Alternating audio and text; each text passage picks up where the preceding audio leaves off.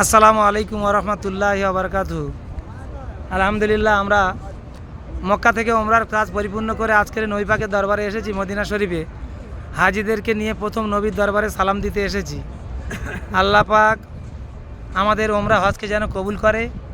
আর এখানে নবী পাকের দরবারে আমরা যে আশায় যে নিয়েতে এসেছি যেন নিষ্পাপ হয়ে বাড়ি যেতে পারি, সবাই বলেন আল্লাহুম্মা আমিন। আর এখানে আমরা 5 ওয়াক্ত নামাজ যেন শরীর আল্লাহ সুস্থ রাখে, 5 ওয়াক্ত নামাজ যেন মসজিদে নবাবী শরীফে পড়তে পারি, সবাই বলুন আমিন। আল্লাহু আকবার। সুন্দরভাবে আমরা এসেছি, আল্লাহর রহমতে অসুবিধা নেই। এই হচ্ছে মদিনার মসজিদের চাতাল, এই হচ্ছে সেই ওসামা বিন লাদেনের যে ছাতা আপনারা দেখতে পাচ্ছেন, এই যে ছাতাগুলো, এই হচ্ছে মসজিদে নবাবী শরীফ। এই মসজিদে নবাবী শরীফ 10টা মিনার আছে। আশাওয়াদের সুপ্পা, আশারায় মোপাসারা, 10টা জান্নাতি সাহাবা আমরা বাড়িতে শুনেছি। এই 10টা সাহাবা জান্নাতি, তাদের নামে এই 10টা মিনার মসজিদে নবাবী শরীফে।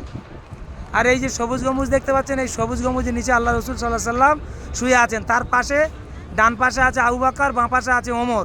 আর প্রথম যে দুটো ছিদ্র খালি আছে, ঈসা আলাইহিস সালামের কবর হবে, জায়গাটা খালি আছে। সবাই বুঝতে পেরেছেন এবার?